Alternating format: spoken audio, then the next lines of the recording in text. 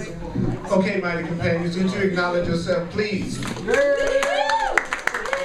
that was the practice run. Could you acknowledge yourself, please? That was the dress rehearsal. Can you acknowledge yourself, please?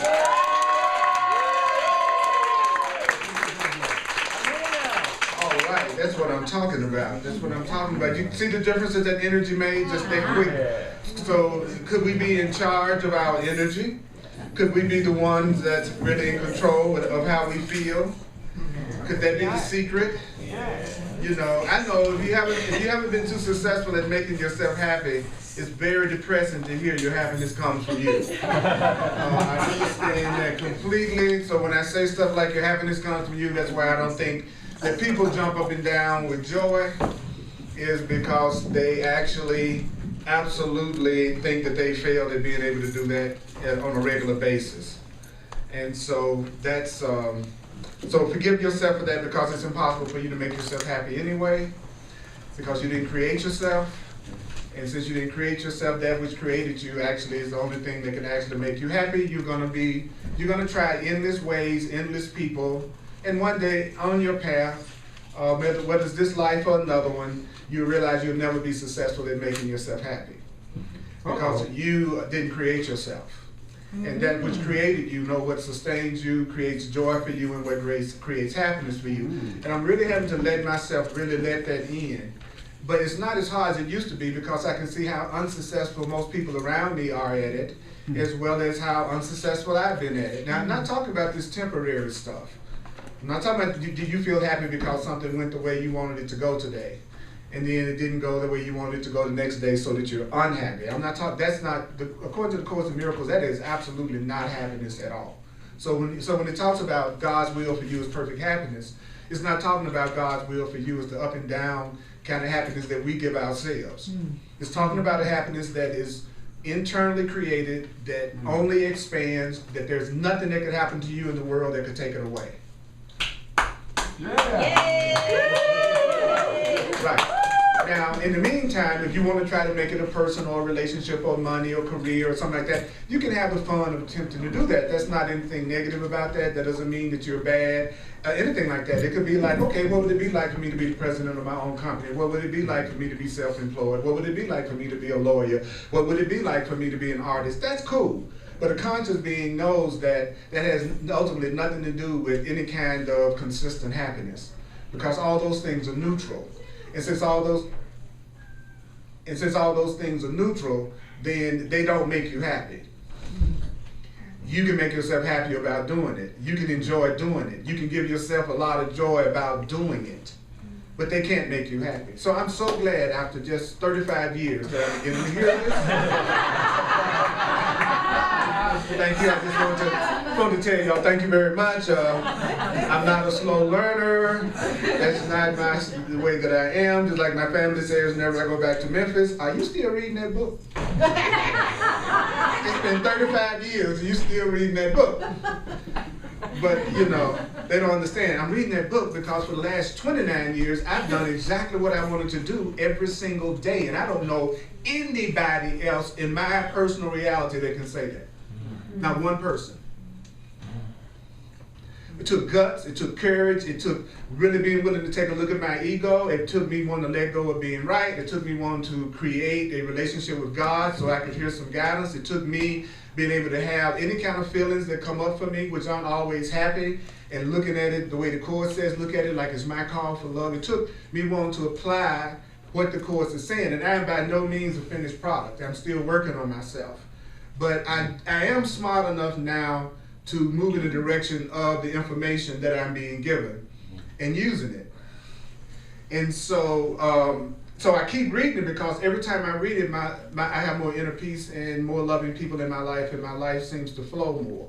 So it's not that I'm a slow learner, it's that I'm smart enough to do what works over and over and over again. Like when I leave here and I get ready to start my car, I'm not gonna pull my shoe off to try to do it. I've always put the key in the ignition, even though they got ignitions now that are different, but you know what I'm talking about. And once you know something and you know that it works, you don't stop every time you get ready to go into your house to decide whether you're gonna go through the door or the window.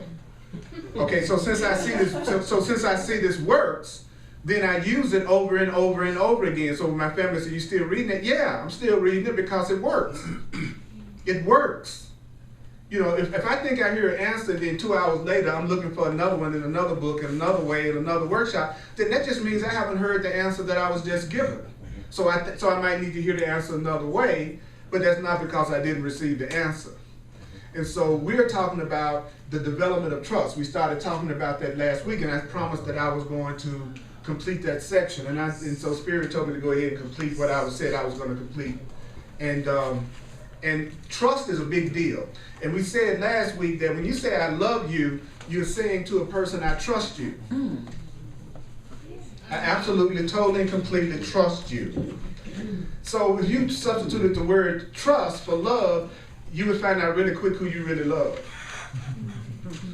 It's easy to say, I love you, I love you, I love you, I love you. I completely trust you. I completely trust you. I completely trust you.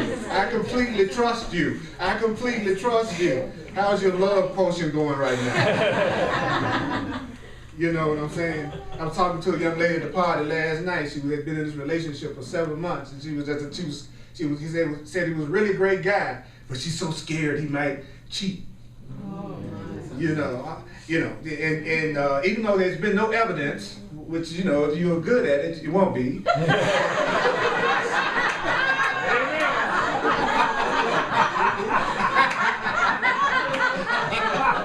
can tell them amateur cheaters everywhere.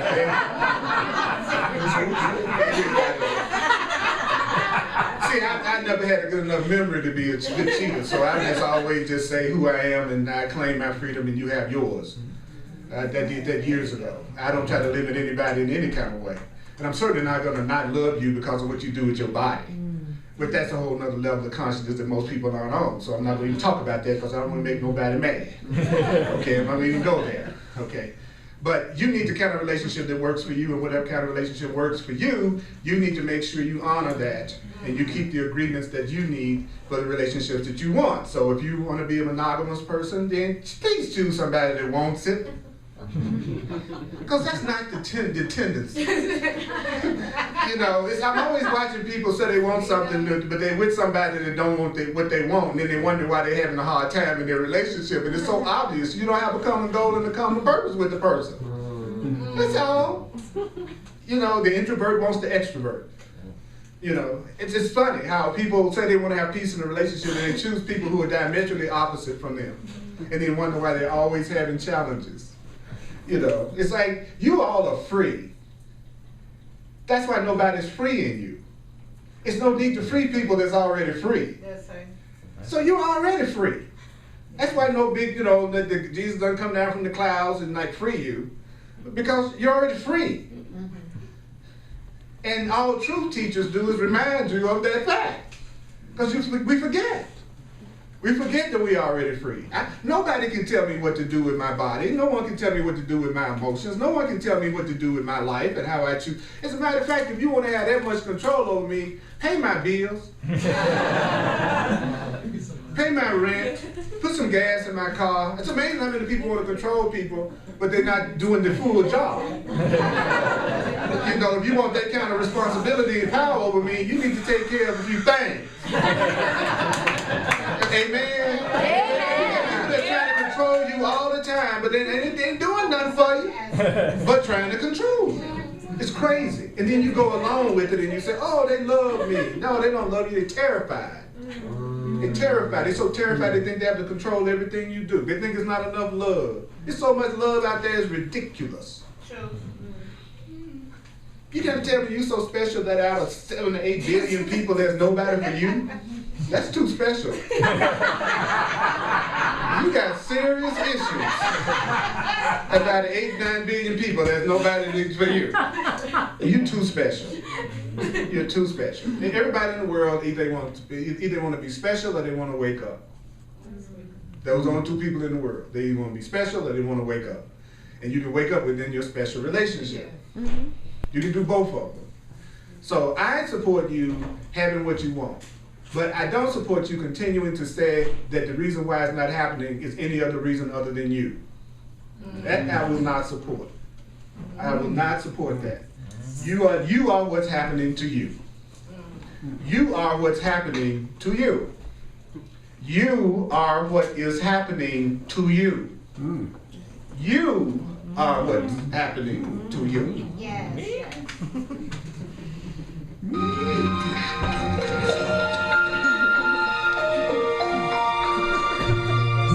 Surely no greater king has ever lived. No one with the love and kindness, strength and courage of King Ron.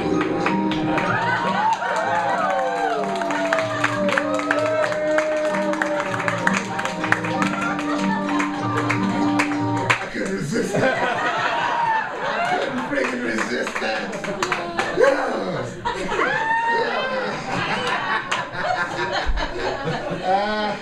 The most fun, I enjoy you all better than sex. That's right. I know it's hard for you all to believe, but that's the truth. I enjoy you. You're pleasurable. You're safe. You're consistent. You know, it's like, I enjoy being with you. That's the greatest joy I give myself. It's the time I spend with you. Thank you. And I love it because I'm not asking you to do nothing. So if I can have this much fun without asking anybody to do anything, I can have fun all the time. Because the only time I don't have fun is when I'm trying to get somebody to do something they don't want to do. You hear that? The only time I'm not having fun is when I have a script for somebody and they're not acting it out. The only time I'm not having a good time is I've made up a script for what somebody else needs to do and they're not doing it. The only time I'm not having fun is when I'm telling myself, if you were different, I'd be happy. If you spoke different, I'd be happy. If you acted different, I'd be happy. If you behaved different, I'd be happy. The only time I'm not happy if I was to say, if I was somewhere else beside right here with you, I would be happy. See, the unhappiness is always based on if this were different. It's always if this were different. Always. And the Holy Spirit told me, man, you gotta repeat. You gotta repeat. You gotta repeat. You gotta say the same things over and over and over and over and over again, because the reason why people believe what they believe is not loving is because they tell themselves and they've heard it over and over and over and over and over and over and over again. So if you want to have a different experience, you got to say something different over and over and over and over and over again. And we were talking about the development of trust on page 10 in the Teacher's Manual in the Course in Miracles. And we said that the first thing that you go through is a period of undoing when you're developing trust. And it looks like things are being taken away from you, but things aren't really being taken away from you. You just don't value them anymore. They're not valuable to your awakening anymore, so they seem to leave, or they seem to leave. Then it said the next thing that happens is when you realize that changes are always helpful. Now, when you believe that the changes that you go through are always helping you, then you go to the next stage in developing trust. So you don't go to the second stage until you stop saying anything that's happening to you isn't benefiting you some kind of way, even if you don't understand how. So everything you're going through right now is benefiting you. Yes. Every single thing you're going through right now is benefiting you. I don't care how much you don't like it or how much you like it, it's benefiting you right now. And until you get to the point, according to this, that you say all changes are helpful, and then you don't go to the next stage. Would you be depressed about something that you knew was benefiting you? No. You would not be depressed about something you felt was for your own best interest. You would not be depressed about a relationship ending if you really, really believed that that relationship ending was for your benefit. Yes. You wouldn't feel depressed about getting laid off on your job if you believed that your getting laid off was for your benefit. You wouldn't be freaking out about being sick if you realize that at some level it's to your benefit, if it's making you aware of some truth that you don't realize it. So if you want to get out of depression, you stop believing that anything's happening to you that you don't ask for at some level or want. Because depression comes from believing that you want something that you're deprived of having. Depression comes from believing that you want something that you're deprived of having. So if I believe that everything that happens to me is what I create and what I ask for, then I would stop being depressed because I'd realize that all I'm receiving is what I'm asking for. Maybe I need to change that, what I'm asking for. But I need to stop saying it's coming to me against my will. So you go, I created that, I don't like it, I'm going to ask for something different. Not, I didn't create it, it's happening to me, but I had nothing to do with it, and I'm asking for something different. See the difference? One is, I created it, Wrong choice. Now I want something new. Empowerment. Thinking that I'm a victim and everything that's happening to me opposite to what I want is not empowering me, and then I say I'm going to change it. No, if you're going to change it, what you're going to do is you're going to create another situation that you're going to say you didn't create. You're just going to go from one situation that you say you didn't create that you don't like, to coming up with a new situation that you're going to create. If you don't like it, you're going to say you didn't have anything to do with it. See the difference? So you're just choosing new situations to see yourself as a victim in. That's not changing your mind. Okay? So it's telling us that the next period we go through is a period of sorting out. Then it says that to the extent that it says all things, events, encounters, and circumstances are helpful is only to the extent to which they are helpful that any degree of reality should be accorded to them. The word value can apply to nothing else. Nothing else but what? What's helping me. So this class is no more valuable to you than how much it helps you. This class is no more valuable to you than how much you think it helps you. The people in your life are no more valuable to you than how much you think they help you. So something is only as valuable as it's helpful. You are only as valuable as you are helpful. It's only as valuable as it is helpful. So you can tell what's valuable in your life or not. Is someone attacking you when you say you want peace? Is that a person helpful? No. If you say you want abundance, but you're always looking at things as if there's not enough and lack, is that perception helpful? No. If you want to have friends and new connections and you never extend and you spend all your time by yourself, is that helpful? No. So what's helpful is whatever is helping you meet your goal. What is not helpful is whatever or whoever does not help you reach your goal. And the goal of truth is the best goal you can have, because the goal of truth will keep you from being hurt, because all pain comes from self-deception, not knowing what's going on. So wherever you're going through pain right now is where you're lying to yourself the most, where you're most deceiving yourself and where your mind is the most incorrect. See how the Course in Miracles is. You cannot stay in denial and study A Course in Miracles. That's why it's very difficult to get people to actually study it, because most people's happiness come from denial. You know, they deny, like I'm really in denial about what's really going on, because that makes me feel better if I really don't take a good hard look at myself. So my being in denial is what I'm using to keep me functioning every day. So most people they want to believe they're really loving but not receiving love. They want to believe that they really believe in God but nothing's happening the way they want. You know, we like to believe we have the belief but we're not getting the result. Now this might not be true for you. Everything that I'm saying only applies to those who it applies to. I've been clear. Okay, everything I'm saying, it only applies to the person it applies to. If you feel a quick sense of resistance, it applies to you. Okay, because if it didn't, nothing that I'm saying would bother you. Nothing that I'm saying would have an effect on you. Okay?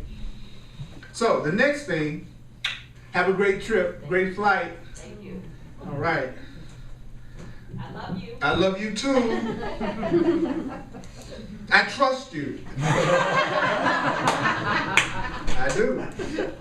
I do. Nobody can hurt me unless I want to get something from them. That's how I keep people from hurting me. You can't hurt me unless I'm trying to get something from you and you're not giving it to me. You can't hurt me if I'm not trying to get nothing. So people who can't trust, can't open their heart up, is because they're doing it conditionally. They're not giving their love freely. They got conditions and agreements. They got stuff they want back. That's why they're afraid of being hurt. Because if I love you, just the feeling of the love coming through me for you would be satisfying enough. And the rest of it would be like icing on the cake. Do you see what I'm saying? If I get a good loving feeling just from looking at you and being around you and thinking about you, then that's satisfying. So how are you going to hurt me? Unless it's something I'm trying to get from you, or something I'm trying to control you about. You don't have the power to hurt me. You don't have the power to hurt me. You can't hurt me.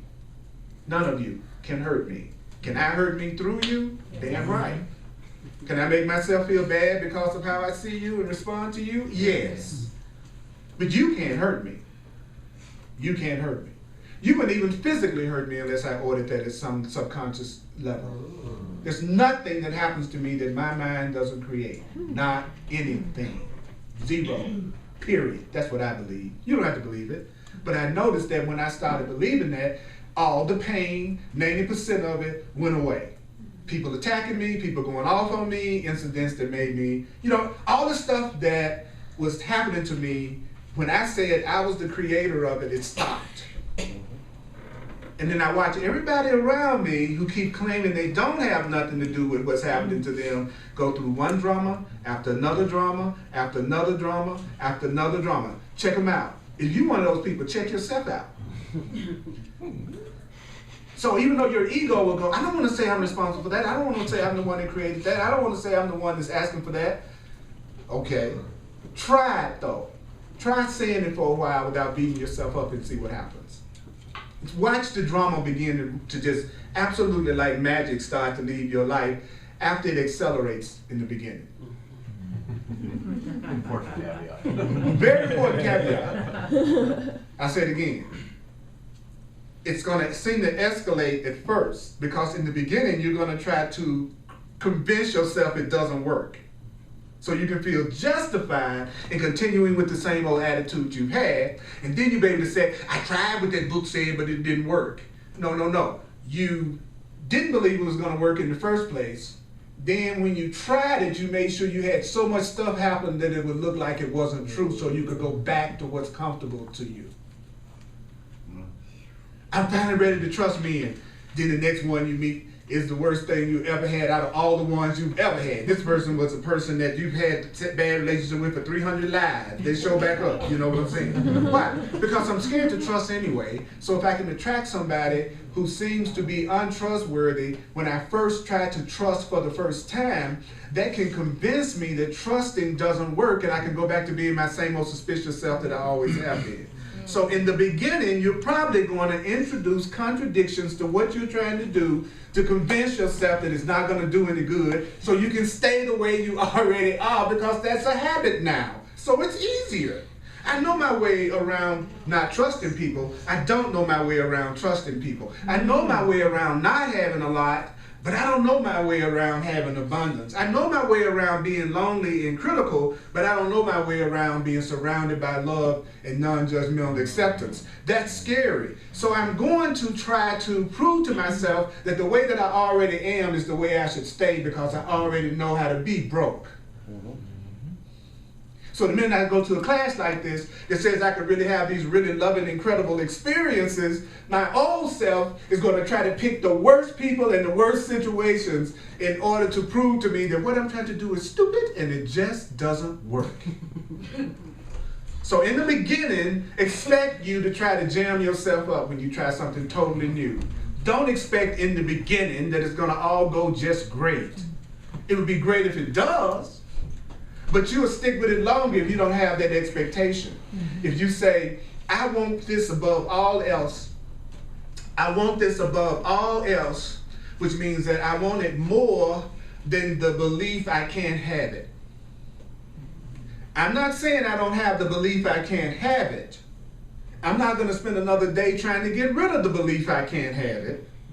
What I'm going to do is I'm going to focus on how much I want it more than focusing on how much I can't have it. See the difference? It's very subtle. I don't believe I can trust you. I want to trust you above all else. So I can see I don't trust you, but my desire to trust you will be greater than my desire not to. And I'll go with that. So it's not about how you're going to do what you want to do. It's really about you wanting it above all else.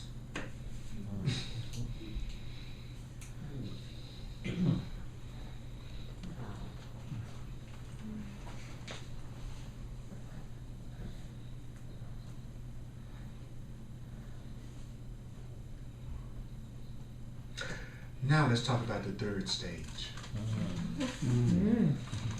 Sometimes after you've been chewing a lot in your mouth full, you have to swallow.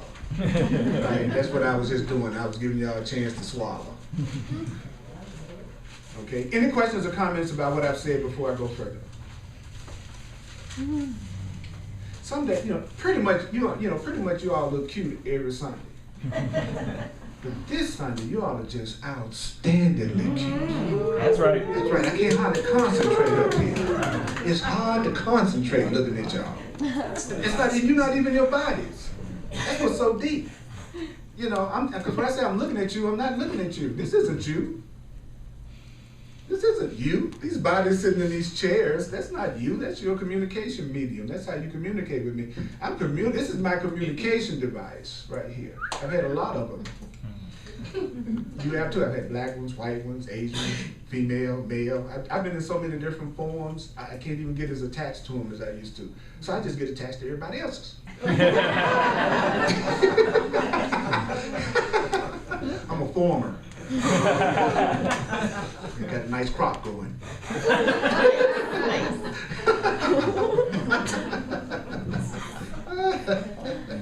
The Course in Miracles said the reason why we got inhaled in the first place is we remembered not to laugh. That's why I'm most cheerful when I teach. Other than that, I'm a quiet dude. I'm pretty quiet. Many of my close friends will tell you I'm nothing like this on a regular basis. I'm quiet. I'm very introspective and I'm very contemplative most of the time because I want to listen to what God is saying to me through you. So when I'm with people, I don't have to dominate the conversation. I don't have to be in charge and I don't have to be the center of attention.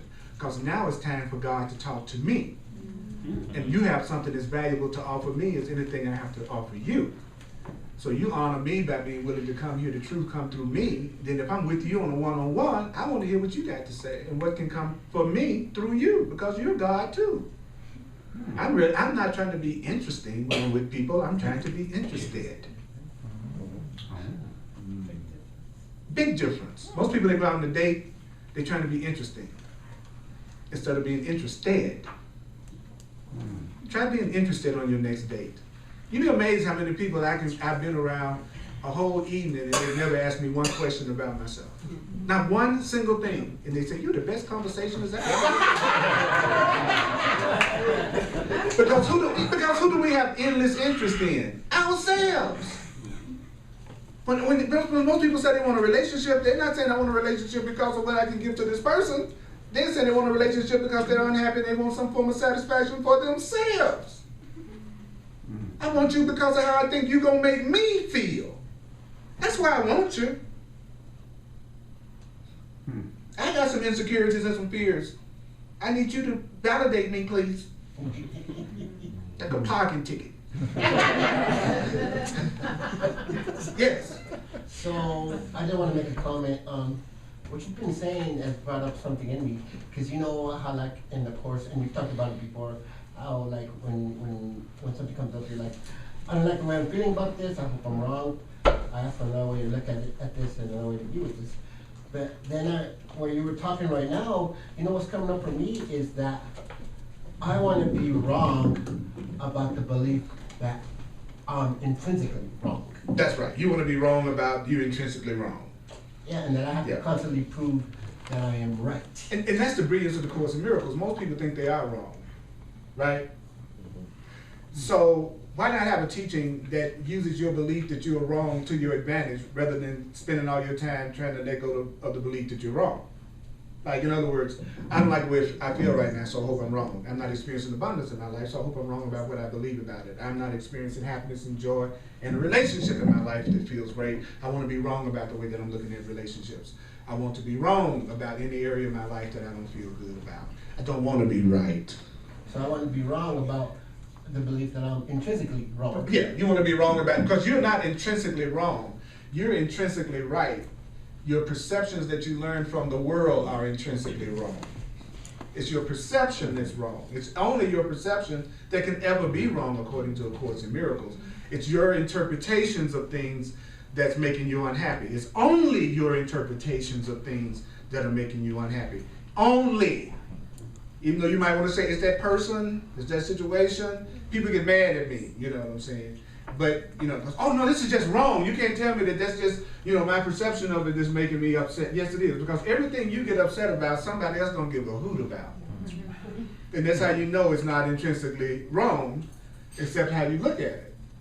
You know, so just understand, your world is nothing but your perception. Your world is nothing but your perception of things. That's all your world is. It's your descriptions of everything. So he's telling us then that this is really great. He said the third stage that you guys are going to go through is called a period of relinquishment. Now, if this period of relinquishment is interpreted as giving up the desirable, it will engender enormous conflict if you think relinquishment means you got to give up something that you really desire to keep.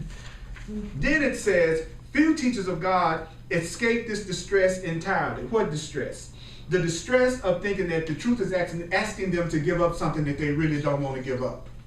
And then it goes on to say to us that there's no point in sorting out what's valuable from what's valueless unless you take the next obvious step, which is giving up what's not valuable.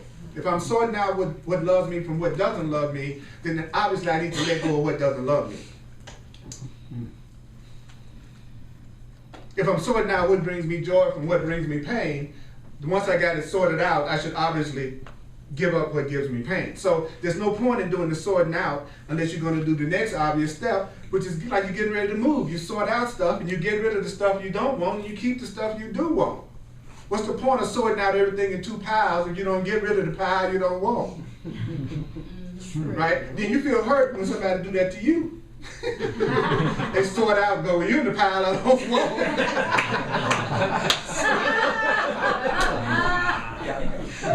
And then other people are sorting out and they're going, you are definitely in the pile I want.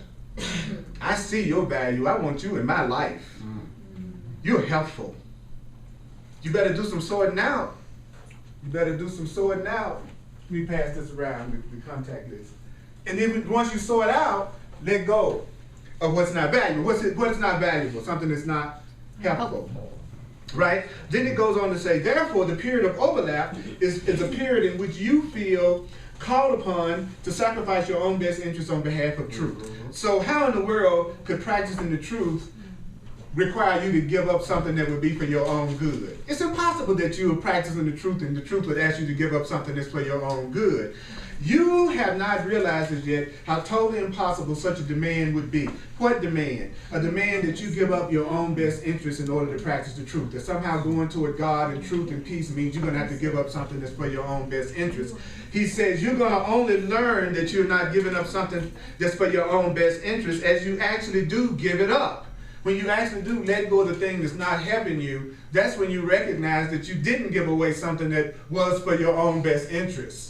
What does that mean? When you really sort things out and you let go of the thing or the person or the situations or the thoughts that are not valuable, it says where you anticipated grief, you find a happy lightheartedness instead.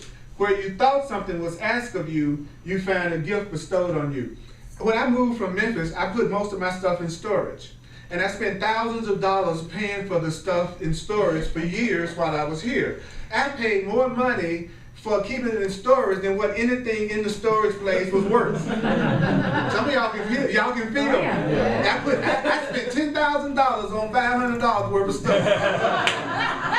And y'all know what I'm talking about. Because we do it, right? And in 10 years, I never needed one thing that was in storage. It was never any point that I went, oh, I got to get back to Memphis because I got this important thing that I got to get out of storage. And so it hit me that I didn't really need nothing that I had in storage. Yeah. That I was paying for something that I didn't even need, or I would have gone back to the storage by now. So at some point it was so stupid, and I was still doing it, that they lost all my stuff in storage. And so I had no longer the need to pay for the storage because I had created it where it absolutely, they lost it. Okay? And what they lost, which was really interesting, was I had recorded all my classes over the years, all my workshops, so what ended up being lost was what was really valuable to me. My classes and the stuff that I had done. Even though that had a lot of meaning to me, I could not deny that some part of me felt a happy lightheartedness. Like it was something, I felt lighter. It was gone. It wasn't anything for me to worry about or to pay for anymore. Now when I had to fire my apartment, I had to rush to the other apartment because they wanted me out of the apartment that I was in. That was in the fire, everything out in 24 hours. So I didn't get a chance to sort out, right? So I had to just dump everything from one apartment into the other apartment. So I walk around in the apartment now, and I'm like looking at all this stuff that's stuck in my apartment, even though I thought I had removed some stuff. And I've been there for a month, and I've been really busy, so I haven't really had a chance to focus in on it. But the most odd thing I've noticed, there's not anything in that pile of stuff that I've had to go through to get anything that I needed. So really, there's nothing in my apartment that I need. But I know as soon as I open that box and see that ink pen from 1970, I'm gonna go, I might need that ink pen.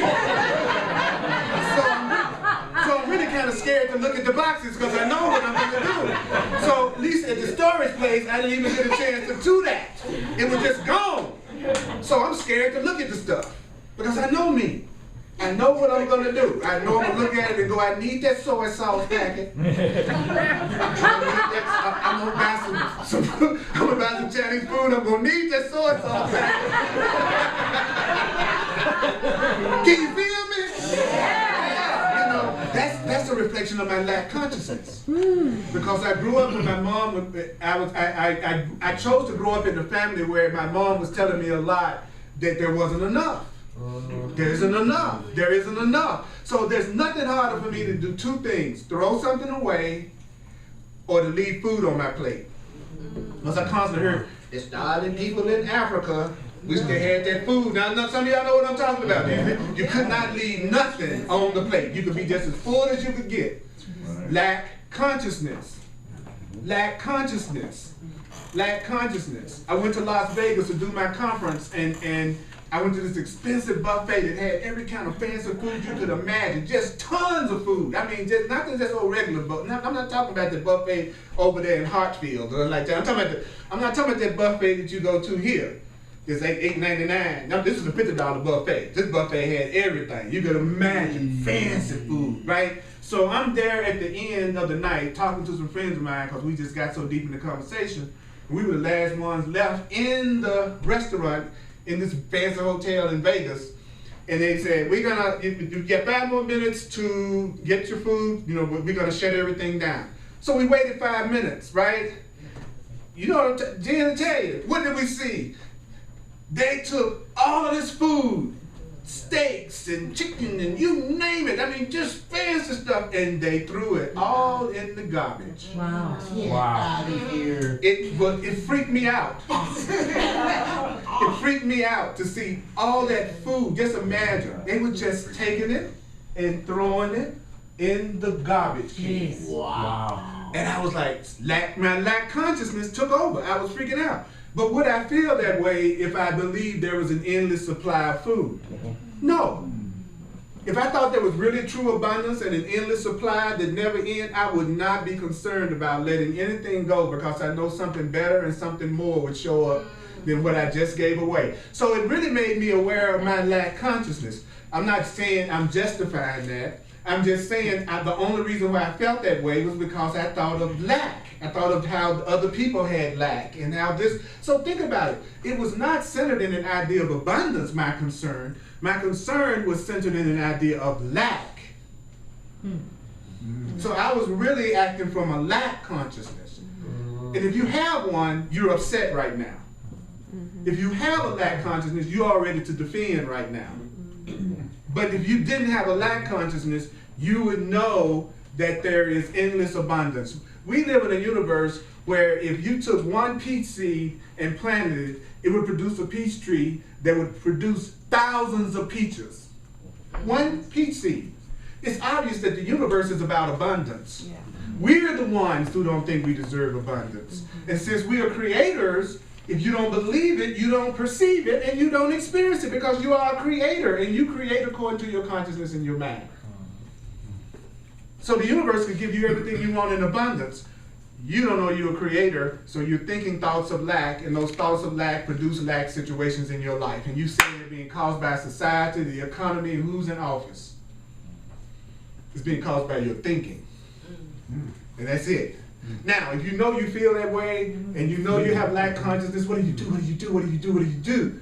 You call on God. You call on the part of you that knows about your abundance more than you do.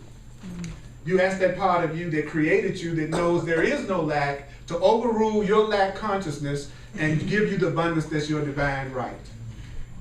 Because you know you have lack consciousness.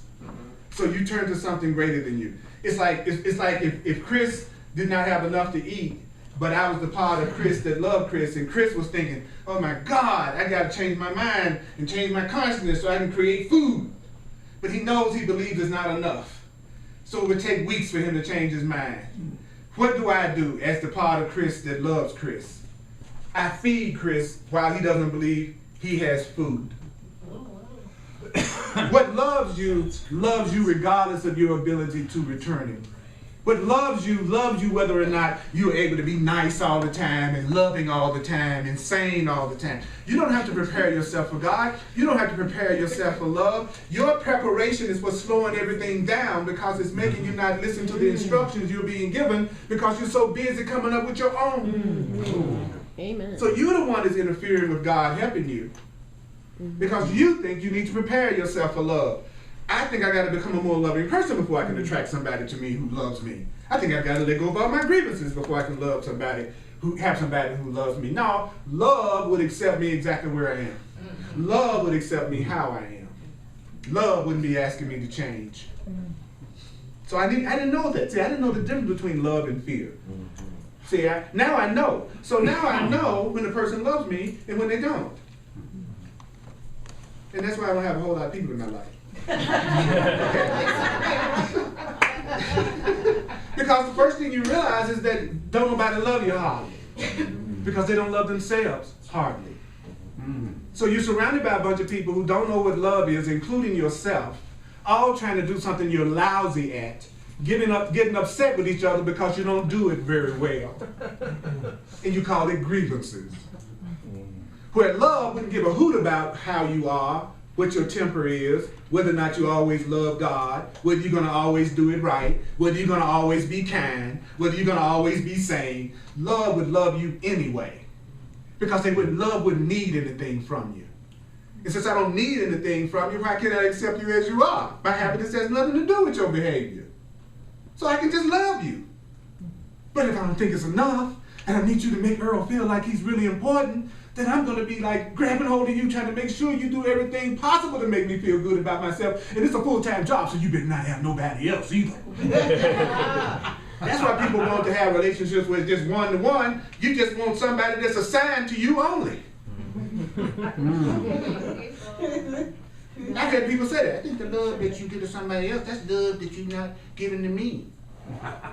I've been told that before. That's why I don't want you to love somebody else, because I feel like that's the love that I should be getting and I'm not getting that you're giving to somebody else. See, that limited idea of what love is, because you're afraid and you really didn't experience it. And so we just like, like a little plant that just needs some water.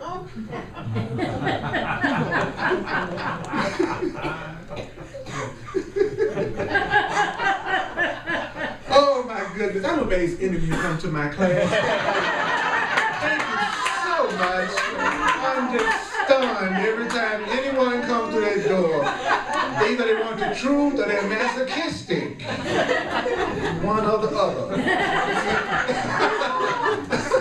Because you come to listen to a book that says everything we don't want to hear. Do you realize you come to a class to hear everything you don't want to hear? That shows you how powerful a spiritual being you are. You come to a class that tells you everything that you're misperceiving that you're doing to yourself. But most people, they don't want to hear that. They want to come to a class that I'm telling them what outside themselves needs to change for them to be happy. They come to the class so I can say, how can you get your husband that treats you better? And then they come to me and say, well, it's not the problem not with your husband, the problem is with you. They don't want to hear that. People don't want to hear that. The world goes into total agreement as long as you're blaming. The world will pat you on the back as long as you're blaming. The minute, just try it with some of your friends sometime. Just try taking some responsibility in front of them and watch how some of them jump all on top of you. What do you mean? What do you mean you're the one? No, that wasn't your fault. That was them. What are you talking about? Man, so what you didn't know? He was no good. That was the problem. He was no good. Y'all know I'm telling the truth. You know I'm telling the truth. The world wants you to be a victim. The world wants you to look at yourself as powerless. And that's what he's telling us right now. That when you let go, when you go through that period of relinquishment, when you truly let go of something that's not valuable, when you truly taking that weight off of you, you feel a happy lightheartedness where you thought you were going to feel some grief. And if you take the time to sort out what's valuable from what's not valuable, and then you take the next obvious step of letting go of the thing that's not valuable, you're left with what's valuable, and what's valuable appreciates you. What's valuable acknowledges you. What's valuable serves your happiness. What's valuable brings you joy. So how in the world could you possibly be depressed if you're only with that which values you and that is valuable to you? You're depressed because, and when I say you, I'm talking about me. Because when I watched it, it's like they're talking to me. So you understand something like when I'm at home watching my videos, it's saying you. So don't think I'm using you in a way that's about to condemn you. This is for me. Because I just locked myself up in my apartment and you doing this and you doing that and you doing this and you doing that. You know, I love myself so much I make sure I hear what will help me. I make sure I hear what helped me by me saying it. So when people are talking to me, I don't answer them in terms of what they want to hear. I answer them in terms of what I want to hear. Because they're not hearing me anyway. They're just hearing their interpretations of what I'm saying.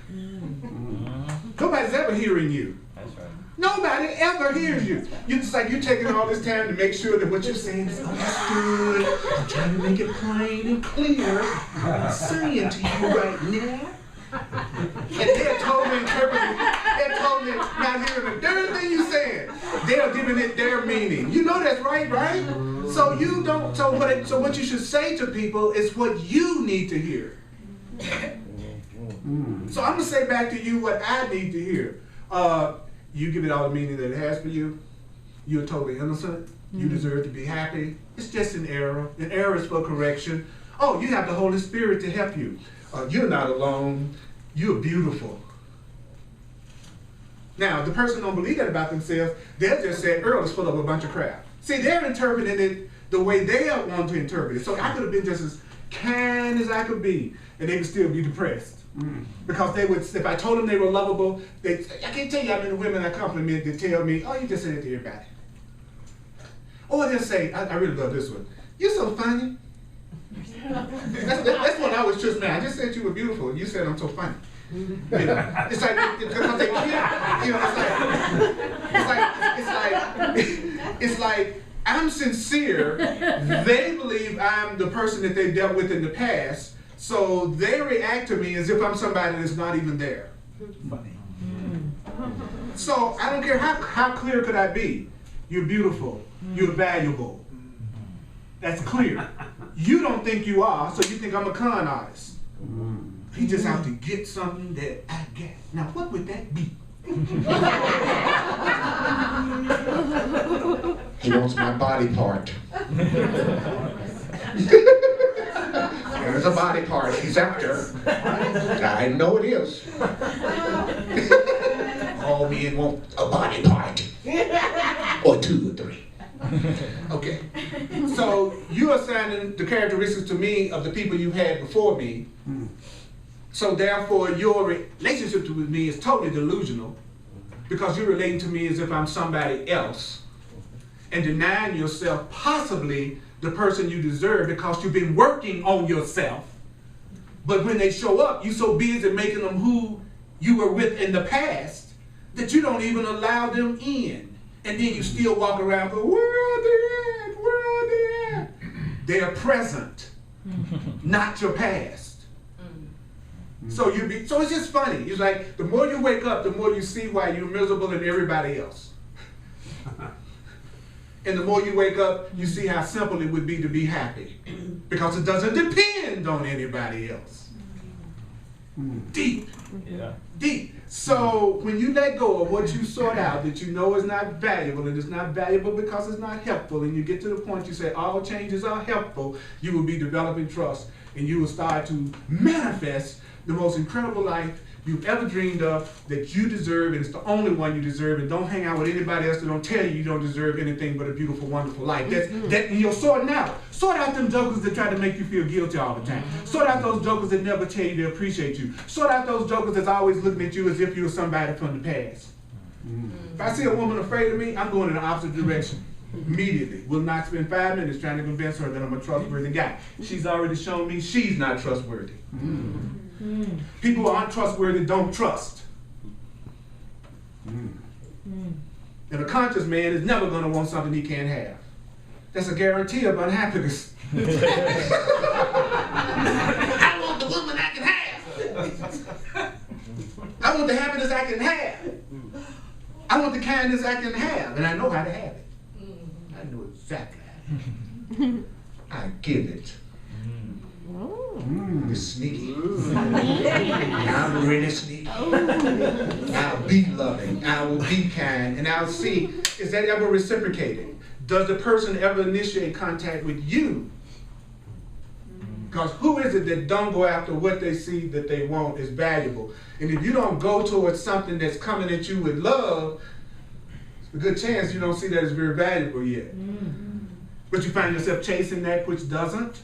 That's what you love, what doesn't love you. And so honor yourself. You all are awesome. You deserve lots of love. But you got to start saying the most freeing word of all, no. No to my past. No to my old way of looking at things. No to believing that I don't deserve to be happy and that I can't be happy. I'm going to sort things out this week. Thank you for listening to this much Holy Spirit. Thank you for letting me say what I need to learn. I appreciate that so much. You all are awesome.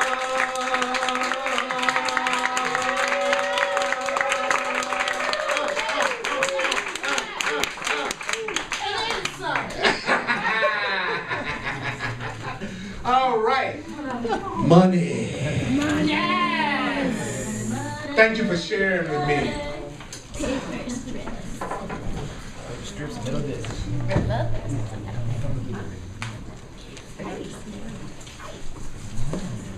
All right, I'm going to try to do this quickly because my recorder has a tendency to run out. And there's no electrical outlets over there. I would plug it up. You know something? Does that make any sense to anybody? Yeah. Okay, those are... What I was hearing from what you were saying is that we are actually never intrinsically wrong about anything. We are intrinsically right. It just depends on what we're being right about. Right. We are intrinsically right with perceptions that aren't correct. Yeah. And we're creating what we're being right about. So we're not seeing, if that's my belief, that's right. Then that's what I'm right about. And that's right, because your beliefs will determine what you perceive, but your beliefs are not necessarily true. But your beliefs will always be validated, whether they're true or not. So I don't argue with the person about their experience because their experience is coming from their belief, so it's true for them. If I'm talking to a person that says everybody does it to me and I'm cruel and people are cruel to me, I don't try to tell them that they're wrong about that because that's their experience, and that experience is coming from the way that they look at things. Who I talk to is someone who says, my situation is horrible and could you give me another way to look at it? But I'm not going to spend 5 minutes trying to convince a person to look at it another way who want to be right. Because there are too many people who would be happy to have the support of somebody that wants to help them see it differently. So I don't spend any time in my personal life trying to change anybody's mind. What I do is go, hey, if you're open to another way of looking at it and I can be helpful to you, then I'm willing to be helpful to you. There's too many people that would appreciate what I have to offer to spend 5 minutes on people who don't appreciate me. Stop it, you all. Stop it. Stop investing all your attention into people who don't appreciate you. They don't appreciate you, sort them out. Sort them out. Recognize misery and go the other way. If I'm hiking, if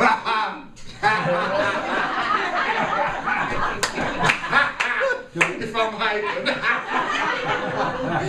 Anyway, if I'm hiking and I see a bear show up in the road, I'm going to recognize it and go the other way. I'm not going to say, bear, let's process this. Can I get you to like me, bear? So stop that with people that don't like you and you're spending all your time trying to get them to like you. Recognize misery and go the other way. Yes, yes. Go the other way. There's more people that can like you the way you are than you could ever meet in a lifetime. Stop working so hard. You don't have to change to be loved. You don't have to change to be loved. You're a step up for somebody. You're a step up. They'll say, this is the most sane person I've ever been with. That's what they'll say about you. They say, this is the kindest person I've ever known. Because for them, you are a step up. And so they'll love you the way you are. Your flaws won't be nothing compared to the flaws that they perceived in somebody else that they were with. They will love you for the way you are. Now. So, anybody online, go to my website, earlpurdy.com, if you want to, share. And I'm available for one-on-one sessions. You come to hear me every Sunday. Don't you think I could help you on a one-on-one? Think about it. You don't have any original problems, and I don't either. Now, if you don't use nothing that comes through me, I'm not responsible for that. No money back.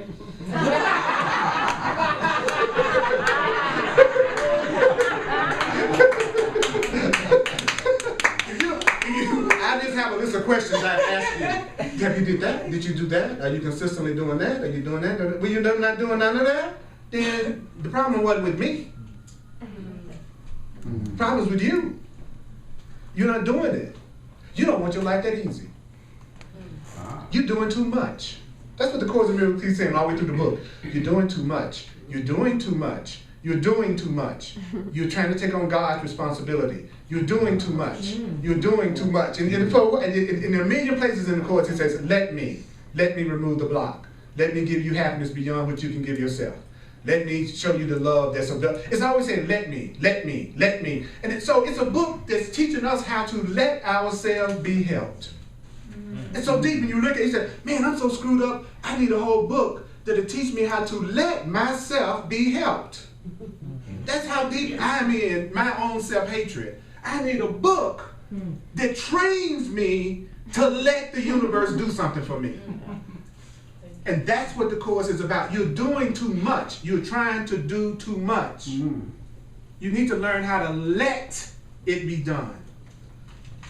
Allow it. And that's what we're talking about right now in the Way of Mastery on Tuesday night, about allowance. How do you start allowing instead of getting?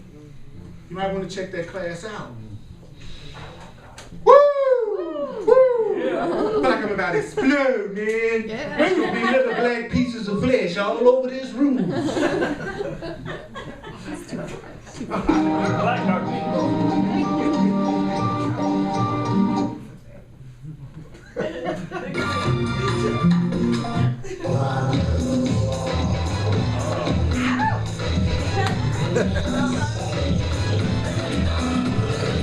Sort out, sort it out, sort it out, sort it out, sort it out, sort it out, sort it out, sort it out, sort them out, sort them out, sort them out, sort them out, sort them out, sort them out, sort them out, sort them out, sort them out, sort them out, sort it out, sort it out.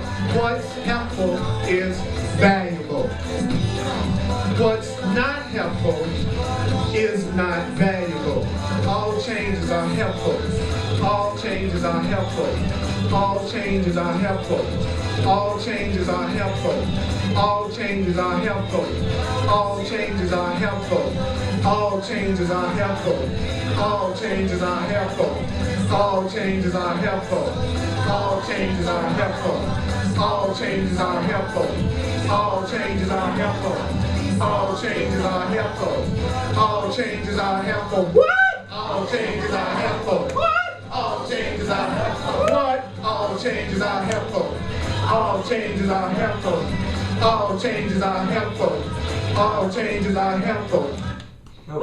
Give it up, my companion.